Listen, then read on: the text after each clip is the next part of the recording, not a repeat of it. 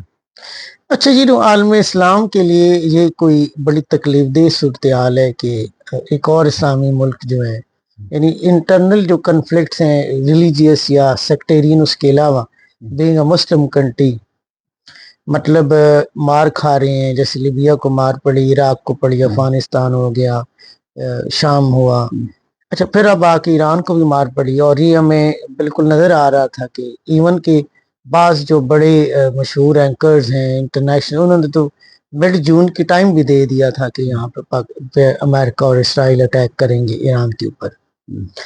اچھا، یہاں پہ سوال یہ پیدا ہوتا ہے کہ عالم اسلام نے اس کو روکنے، اس سے دور ہونے کے لیے، یا کوئی بھی یعنی امن کی کوئی ایسی سنجیدہ کوشش مجھے نظر نہیں آتی کہ جہاں پورا عالم اسلام کھڑا ہوا ہو اور اس نے ایک لائن ڈرا کی ہو کہ یار ہم ایسی کوشش کریں کہ کہیں پہ کوئی امن آ جائے، کوئی جنگ نہ ہو. مطلب آپ کیا سمجھتے ہیں اس میں یہ ایک عالم اسلام کا ہی فالٹ تھا، او آئی سی یا اسلامی جو بھی تنظیمیں، یا پھر معذرت کے ساتھ بھی یہ لفظ شاید کسی کو برا لگے، ایران کی ایک حد سے زیادہ شدت پسندی تھی کہ جی وہ اتنے کم مسئلے کے ساتھ جو ہے وہ کیا اسرائیل، امریکہ، برطانیہ، فرانس اور بھی بہت سارے پاورز آ رہی ہیں تو یہ ان سے مقابلہ کر لے گا؟ آپ اس کو کیسے سمجھتے ہیں؟ دیکھیں، یہاں پہ مڈل ایسٹ میں یہ جو سیریا، عراق ہے، یہ مجھے 2004 میں اطلاع ملی تھی کہ ان کو چھوٹی چھوٹی اسٹیٹوں میں تبدیل کر دیا جائے گا. یہ مجھے ہالینڈ سے پتا چلا، اور جن بندوں نے بتایا تھا وہ بڑے ویل انفارم بندے تھے. مجھے اس وقت پولیٹکس، ورلڈ اکانومی کا پتہ نہیں تھا. اب میں ورلڈ اکانومی، ورلڈ پولیٹکس کو کافی گہرا جانتا ہوں، بنیادی حقائق کو خاص طور پر. تو جو شدت پسندی ہے، اس کی وجہ سے تمام جو عرب دنیا ہے وہ ان کی مخالف ہو گئی تھی. بلکہ ہم عرب نہیں ہیں، لیکن ہم بھی اسی وجہ سے، ہمارے بہت سے لوگ مخالف ہوئے، کیونکہ انقلاب کو برآمد کرنے کی کوشش کی گئی، جس کا پاکستان کو کافی نقصان ہوا. میں ابھی آپ کو کئی مثالیں دوں، ارریلیونٹ ہیں، لمبی بات ہو جائے گی. زیادہ دور میں بھی دو اٹیمپٹ کی گئی، بعد میں ایک آدھ بار بھی ہوئی. تو اس بنیاد پر یہ جو اسلامی ملک ہیں یہ اس کے سامنے کھڑے نہیں ہوتے ہیں. اسلامی دنیا میں صرف ایک ہی ملک ہے جو پاکستان اسلام کا باڈی گارڈ ہے. وہ جو ایک ملک ہے وہ پاکستان ہے، جس کے پاس انتہائی منظم فوج ہے اور ایٹم بم ہے خاص طور پر. اور دوسرے نمبر پر یہ ترکی ہے. یہ دو ایسی فوجیں ہیں جو کچھ کر سکتی ہیں، اور اتفاق سے یہ دونوں ملک آپس میں ایک دوسرے کے بہت کلوز ہیں. ٹھیک ہے، ایجپٹ اس قابل نہیں ہے کہ وہ اسرائیل کے ساتھ لڑ سکے. تو اب جرنل یہ ہے کہ یہ اکٹھے ہوتے بھی ہیں تو ان کو اکٹھے ہونے نہیں دیا جاتا. جو یہ اپنا بنا رہے ہیں، اپنا ایک گروپ بنا رہے ہیں، وہ جائنٹ فورس بھی انہوں نے بنائی جو عملی کردار نہیں ادا کر رہی ہے. سعودیہ میں نے ابھی اس کے اوپر آنے جی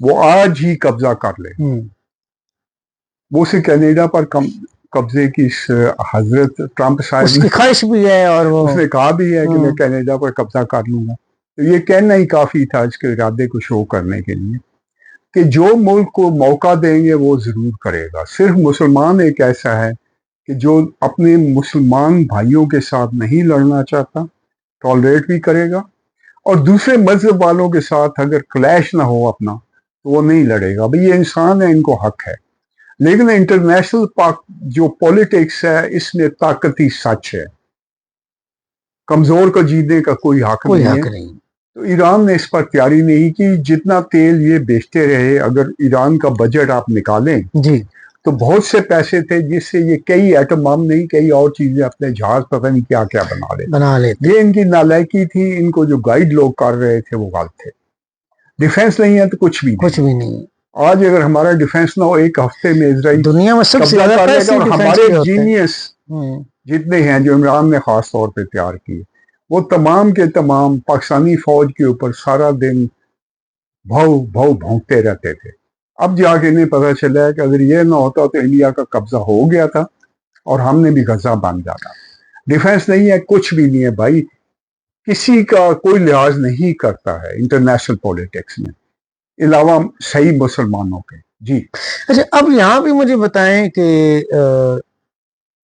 کیا ڈاکٹرائن جو ہے وہ استعمال کر رہے ایرانی جو مطلب لیڈرز ہیں کہ وہ اب ظاہر انہوں نے کچھ پلان تو سوچا ہوگا. اب دنیا میں جنگ لڑنے جا رہی ان کے مائنڈ میں کچھ گیم تو ہوگی، ٹھیک ہے. اور وہاں پہ غداروں کی بہت بڑی تعداد اور وہ ڈرون حملے اور فیکٹریاں اور ایک لمبی کہانی ہے، سب جانتے ہیں.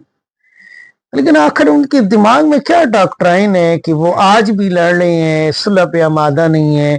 ایٹم بم ابھی وہ بنانے کے قریب نہیں ہے. اگر بنا بھی لیں تو ان کے پاس ڈیلیوری سسٹم نہیں ہے کہ وہ اس کو کہیں کیری کر کے لے کے جائے.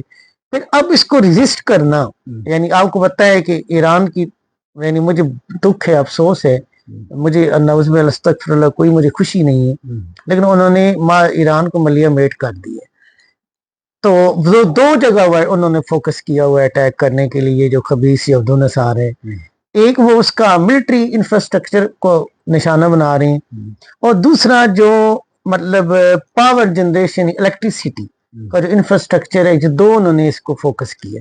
آخر ان کے دماغ میں چل کیا رہا ہے کہ ابھی اس جنگ کو طول دینے کا کیا پیچھے مقصد ہے؟ اچھا، ان کو کوئی مس انفارمیشن دی جا رہی ہے کہ آپ کو کچھ نہیں کہا جائے گا، آپ کو پھر بچا لیا جائے گا، کیونکہ وہ نہیں چاہتے ہیں کہ آپ جائیں. جی جی، کچھ اس قسم کی. ورنہ جو صورتحال ہے، مجھے ایرانی عوام، مجھے حکومت سے مجھے بھی تحفظات تھے، جو یہ حکومت تھی پچھلی، لیکن ایرانی عوام سے مجھے انتہائی ہمدردی ہے.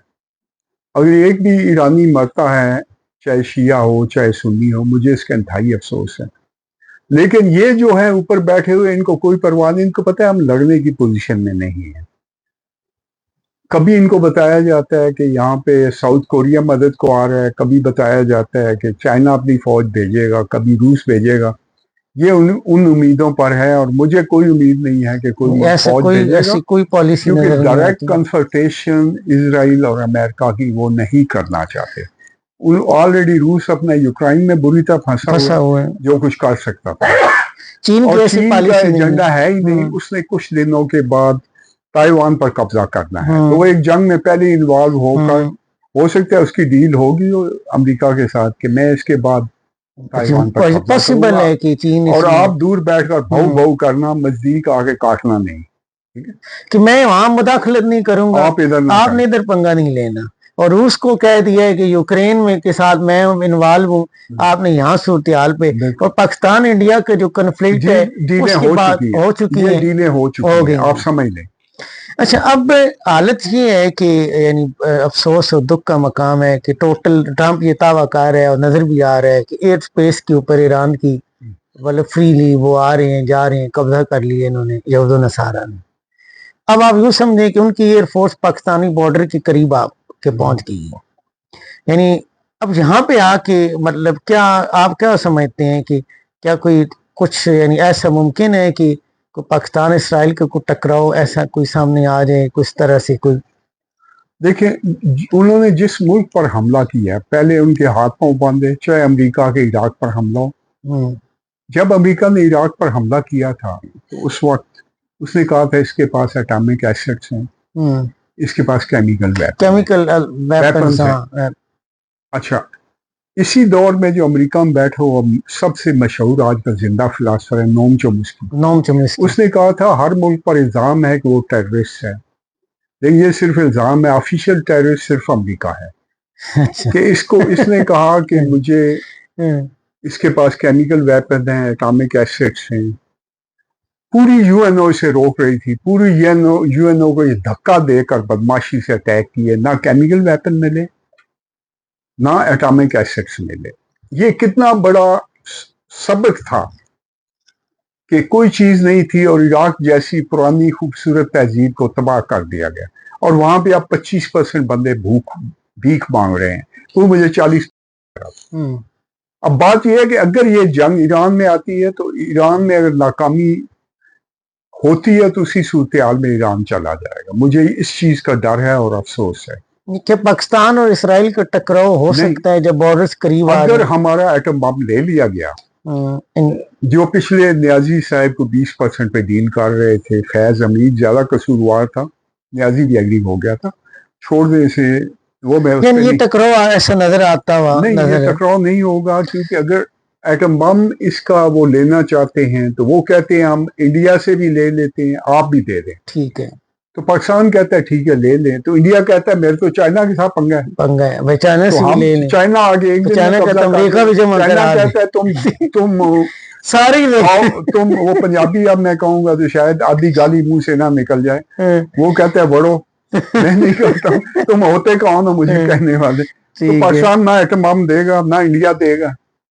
تو آپ سمجھ رہے ہیں کیا ہونا ہے. اور پاکستان نہیں دیتا ہے تو اسرائیل کسی قیمت پر حملہ نہیں کرے. مطلب پاکستان جو ہے وہ نہ ایران ہے اور نہ اسرائیل جو ہے وہ اور یہاں پہ ان کے پاس بڑے مضبوط قسم کے سوفسٹیکیٹڈ ویپن بھی ہے، وہ بھی ہیں، اور بڑے مضبوط جہادی بھی ہیں، جہادی بھی، اور یہ پوری دنیا میں پھیلے ہوئے بھی ہیں. اچھا اب میں ایک کینوس جو ہے نا میں نے اس کو بالکل الٹنے جا رہا ہوں. جی یہ تو تھا اسرائیل اور ایران کے اندر اور پاکستان کے اندر. اب ہم پہنچتے ہیں جی واشنگٹن ڈی سی. پہلی دفعہ یہ موقع ہے کہ کسی ہیڈ آف اسٹیٹ کے علاوہ، کیونکہ وہاں کے امریکن لا قانون ہے کہ وہ صرف ہیڈ آف پریزیڈنٹ جو ہے وہ پرائیویٹ میٹنگ تو کر سکتے ہیں، آفیشلی وہ صرف ہیڈ آف اسٹیٹ سے ملتے ہیں کیونکہ army chief head of state نہیں ہوتا. تو لیکن یہ پہلا موقع ہے کہ انہوں نے ایز اے فیلڈ مارشل یا ایز اے آرمی چیف سے انہوں نے 145 منٹ یعنی 145 منٹس کی بات ہوئی ہے. اس میں کل 5 بندے تھے، ایک ڈونلڈ ٹرمپ اور 2 اس کے جو ایک اس کا امور کا ماہر ہے، اس کا مجھے نام مس کر گیا ہوں، جو یہ مڈل ایسٹ کے امور کا ماہر ہے، اور ایک کو ڈیفنس سے ریلیٹڈ تھا. اور پاکستان کی طرف صرف 2 جنرل تھے، عاصم منیر اور ملک قاسم، جو D G I S I think وہ آج کل. اچھا یہاں پہ ہمیں بہت ساری چیزیں ملتی ہیں. ہمیں اچانک پتہ چلتا ہے کہ پاکستان امریکہ کی پھر محبوبہ بننے جا رہے ہیں، اور وہ جو رومانس ہے 75 سال پرانا وہ دوبارہ جاگ رہے ہیں. اچھا اس کے ساتھ ہمیں $1 ٹریلین 1.2 ٹریلین کی 100 ایئرس کا یعنی 7 to 8 ڈیکیڈز کا ہم معاہدہ کرنے کی مطلب یہ بات کرتے ہیں. ریئر منرل جو ہیں نایاب دھات اس کا معدنیات کا. اچھا پھر ہمیں آفر ہوتی ہے جی آپ تیارے بھی لیں، یہ کریں جو، پر ہمارے لیے امریکہ کے دروازے کھلنا شروع ہو جاتے ہیں. اور یہ ڈیل ہو رہی ہے، مطلب ایک ملاقات ہے 145 منٹ کی، اور ایک پورا ڈنر لنچ پلان ہے، جبکہ اس سے پہلے یہ صرف 35 منٹ کی ملاقات شیڈول تھی، پھر یہ ایکسٹینڈ ہو گئی. یعنی 2 چیزیں یہاں پہ مجھے جو ہے نا وہ کھٹکتی ہیں، اور اس کا آپ نے جواب دینا ہے. کیا پاکستان دوبارہ امریکہ کے ساتھ رومانٹک تعلقات کے میں واپس جا رہے جیسے مشرف دور میں، جیسے ضیاء دور میں، یا جیسے ایوب خان دور میں رہا تھا؟ دوسری اس کے ساتھ ہی لے لیں پھر ٹائم بچ جائے گا. اگر اس کو میں ایران کے اسپیسیفک صورتحال میں دیکھوں تو کیا پاکستان کو خاموش رہنے کی، آئسولیٹ رہنے کی، یا معاملات کی چپ کرانے کی قیمت دی جا رہی؟ اور تیسرا بھی کوشچن ساتھ ہی لے لیں. نہیں، یہ آپ علیحدہ کریں، میں بھول. اچھا چلیں ٹھیک ہے. اب بات بڑی سیدھی ہے. دیکھیں سب سے پہلی بات جو میں عاصم منیر صاحب کو بتانا چاہتا ہوں کہ پاکستان کے پاس معدنیات $1 ٹریلین کی نہیں ہے. 2006 یا 7 کی بات ہے. لاہور میں مجھے ایک بخاری نام تھا, پہلا نام میں بھول گیا ہوں, جو پاکستان کی فیزیبلٹی بناتا تھا. میرا دوست تھا, اس نے کہا میں نے ناسا کی آفیشیل اسیسمنٹ دیکھی ہے, پاکستان میں 20 سے 30 ٹریلین کے ریئر منرلز ہیں. 20,000 ارب ڈالر. 20,000 ارب ڈالر پلوٹونیم, لیتھیم, سارا چیزوں کے, کولبارٹ, سارا جگہ نام لکھے تھے. دوسری بات ہمیں دیکھنی چاہیے کہ جو بھی چیزیں ہیں پاکستان میں نکالی جائیں, ہمیں دکھائی جائیں, اس کے بعد چاہے آپ باہر لے جائیں. یہ نہ ہو کہ باہر گئے ہیں تو $100 کی نکلی ہمیں $5 بتائے جائیں. یہ ہمیشہ ہوتا رہا. تو یہ ایک تو ہمیں یہ کرنا ہے. تو ہمارے پاس اب اس وقت کی اسیسمنٹ تھی, اب شاید $40 ٹریلین کی ہوں گی. 40,000 ارب ڈالر میں یہ کہہ رہا ہوں. تو یہ ہمارا, لیکن ہمیں اس کو عاصم صاحب ایک چیز سمجھ رہے ہیں کہ اگلے اگر 30 سالوں میں ہم نے اسے بیچا نہ تو شاید یہ مٹی ہو جائے. تو ان میں سے ان کا متبادل آ جاتا ہے, سبسٹیٹیوٹ بہت سے آ جاتے ہیں. ترقی بڑی سپیڈ پر ہو رہی ہے, تو ہمیں اس میں امریکہ ادھر آنا چاہتا ہے. اس کی پوری دنیا میں ریئر منرل پر چائنا کے ساتھ جنگ ہو رہی ہے. چائنا افریقہ میں ریئر منرل پر قبضہ کر چکا ہے, جو زیادہ 70% وہاں سے نکل رہے ہیں. پاکستان میں بہت بڑی مقدار ہے جو شاید پوری دنیا میں ریئر منرل کے 20-25% تک ہو سکتی ہے. بہت بڑی مقدار ہے. مجھے اس کے فگرز بھی پتہ ہیں, لیکن یہ جو ہمارے اوپر جینیس بیٹھے ہیں ان گدوں کو نہیں پتا. لیکن مجھے ہر محکمے میں جو تھے بندے کام کرتے تھے, انہوں نے آ کے بتایا, پھر ریکنفرم کیا. اور ہمیں بہت سے اور چیزیں دکھائی جا رہی ہیں جو اس جنگ میں ہم انوالو نہ ہوں. ہم ویسے بھی اس جنگ میں انوالو ہونے کی اتنی پوزیشن میں نہیں ہیں. ہم نے آلریڈی ان کی کافی مدد کی آئی ٹی کی شکل میں, اور جو ان کا کوئی میزائل بھی ان کو دیے ہوں گے, اور بہت سی اور چیزیں ہیں جو میں نہیں بتانا چاہتا کہ وہ ان کی مدد کریں گے. کچھ نہ کچھ کرتے رہیں گے, چاہے امریکہ سے جو بھی وعدہ ہو چھوڑ دیں. یعنی انٹرنل ہیلپ جو ہے کچھ وہ نہ کچھ جاری رہے, بینگ اے مسلم کنٹری جاری رہی. اچھا, اس کا تیسرا پارٹ یہ تھا کہ کیا اب امریکہ جو ہے وہ بھی, جو مغربی ایران ہے نا, اگر ہم پاکستان میں بیٹھ کے دیکھیں تو ایران کی جو مغرب ہے وہاں پہ اس کو ایکسیس مل گئی, وہ وہاں پہ پینیٹریٹ کر رہے ہیں, حملے کر رہے ہیں, بستی ایران تک وہ آ چکے ہیں. لیکن اب اس کو جو مشرقی ایران ہے جس کا بارڈر ہمارے ساتھ آ کے ملتا ہے, زائدان, تفتان وغیرہ, پاکستانی بلوچستان, یا پھر وہ جو بلوچستان جو ایران کے قبضے میں, ایرانی بلوچستان, یعنی کیا ایسا کوئی آپ کو سمپٹم نظر آتی ہیں کہ انہوں نے یہ تقاضا کیا ہو کہ آپ کو پتہ ہے کہ جنگ جب تک آپ فوج داخل نہیں کرتے کبھی بھی ہوا سے آپ جنگ نہیں جیت سکتے, نہ میزائلوں سے نہ ہوا سے. اگر انہوں نے آپ کو فوج بھیجنی ہے تو کیا ایسا ممکن ہے وہ پاکستان سے ایئر بیسز مانگیں یا لاجسٹک سپورٹ مانگے کہ ہمیں دوبارہ سے ہم ان کو بیسز دیں اور لاجسٹک سپورٹ دیں تاکہ وہ یہاں سے جو ہے ایران کے اندر پینیٹریٹ کریں؟ آپ کو ایسا کچھ نظر آ رہے ہیں؟ دیکھیں, وہ بیسز ان کو ہم سے لینے کی ضرورت نہیں, نہ پاکستان انہیں کسی قیمت پر دے گا. یہ میرا اندازہ ہے, اللہ ہی 100% جانتا ہے. نمبر 2 یہ ہے کہ ایک ان کے ایجنڈے میں یہ بھی چیز ہے کہ ایران کو تقسیم کر دیں. ان کے ایجنڈے میں ہے, اس میں یہ کامیاب ہوں گے یا نہیں ہوں گے وہ اس پروگرام میں ہیں. اور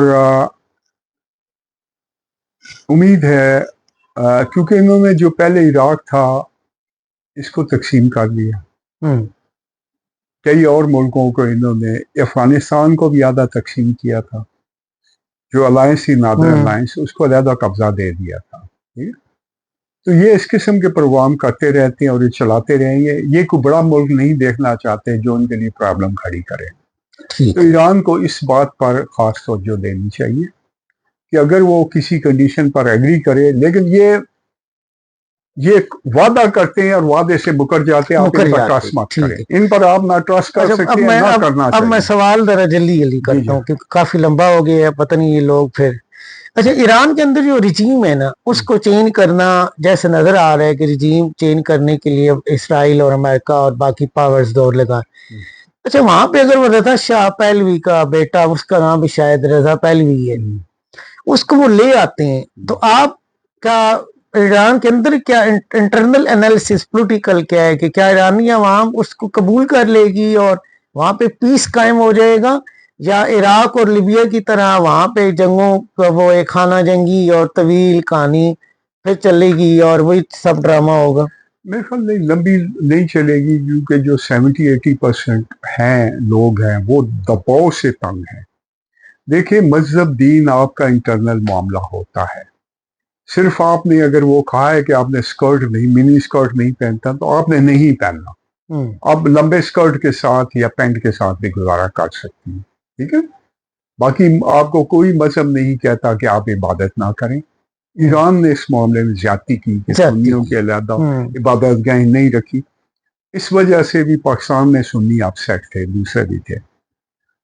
تو یہ بہت سی ایسی چیزیں ہیں جن کے بارے میں ہم گیس کر سکتے ہیں. میرے خیال ہے کہ یہ ایرانی عوام ہے وہ بہت زیادہ خوش ہوگی کہ جو ایرانی مجھے باہر ملے ہیں وہ اس رجیم سے بہت تنگ تھے. میری کئی اسٹوڈنٹس ہیں, اسٹوڈنٹ بھی ہیں ایران کے اندر, ایرانی جو ہالینڈ میں رہتے تھے, تو وہ مجھے یہی باتیں بتاتے تھے.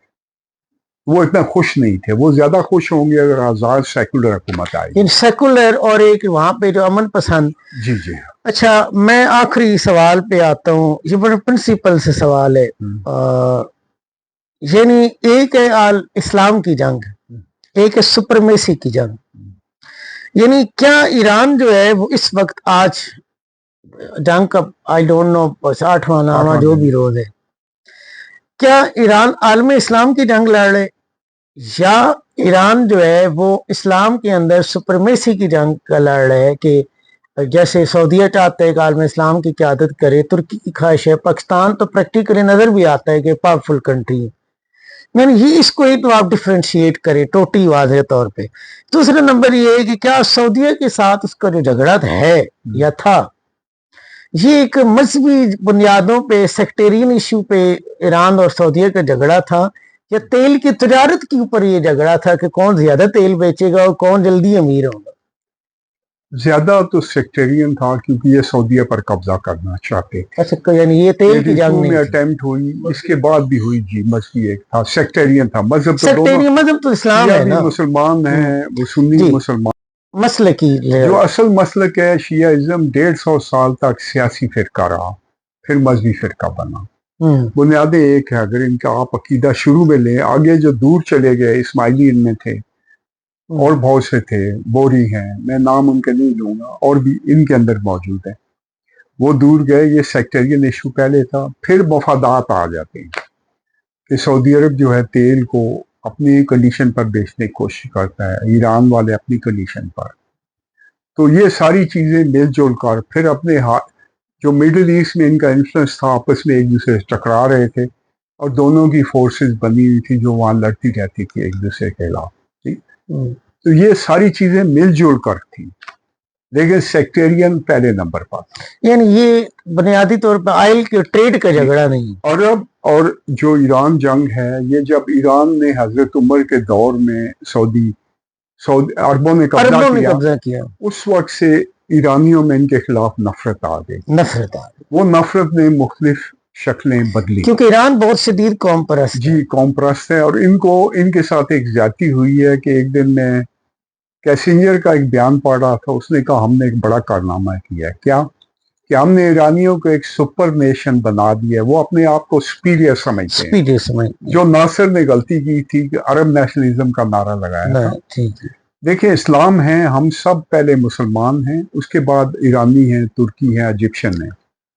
تو اگر آپ اس سے اسلام سے نکلتے ہیں تو آپ ایک بہت کمزور نظریے پر کھڑے ہیں. کوئی قوم بھی عظیم نہیں ہو سکتی. کچھ دن ترک سب سے عظیم قوم تھے جنہوں نے سب سے لمبا عرصہ سب سے بہترین ایریے پر قبضہ کیا رکھا. لیکن نظریہ ان کے پیچھے اسلامی تھا.